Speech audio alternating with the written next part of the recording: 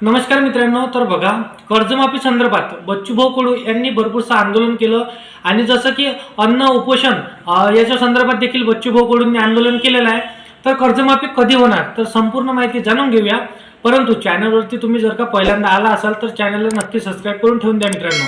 तर बघा जसं की कर्जमाफी संदर्भात भरपूरसे शेतकरी हे प्रतीक्षामध्ये आहे की कर्जमाफी कधी होणार।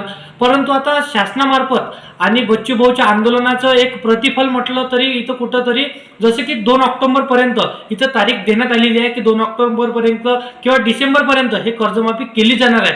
अशा प्रकारचं जसं की बच्चूभाऊ कडू यांनी आंदोलन केलेलं होतं, तर त्या आंदोलनाच्या माध्यमातून त्यांना हे सांगण्यात आलेलं आहे की 2 ऑक्टोबर किंवा डिसेंबर पर्यंत कर्जमाफी होणार आहे।